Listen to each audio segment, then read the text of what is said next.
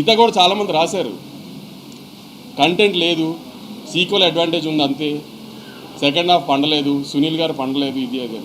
నేను second half థియేటర్లో చాలాసార్లు చూసే ఇప్పటికి అసలు రెస్పాన్స్ ఎలా ఉంది ఏంటని.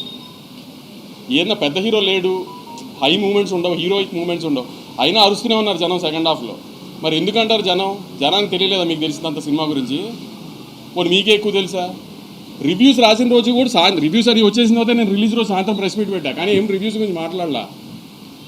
ఎందుకంటే వాళ్ళ జాబ్ వాళ్ళది, మన జాబ్ మంది. కానీ వాళ్ళ రివ్యూని జస్టిఫై చేయడానికి వాళ్ళు ట్వీట్లు వేస్తున్నారు, సినిమా కరెక్షన్ ఊరికే ఉన్నాయి కంటెంట్ లేకుండా. అది కరెక్ట్ కాదు కదా. ఇది సినిమా ఇండస్ట్రీ, మీరు నేను కోఎగ్జిస్ట్ అవ్వాలి. నేను సినిమాలు రిలీజ్ చేసి హిట్ అయ్యి నేను సినిమా తీస్తేనే మీ వెబ్సైట్ రన్ అవుతుంది, నేను యూట్యూబ్ ఇంటర్వ్యూ ఇస్తేనే మీ యూట్యూబ్ ఛానల్స్ రన్ అవుతాయి, మీ ఇండస్ట్రీలో మేము యాడ్ ఇస్తేనే మీ వెబ్సైట్ రన్ అవుతుంది. అంతేగాని సినిమాని చంపేయడానికి ట్రై చేయమాకండి.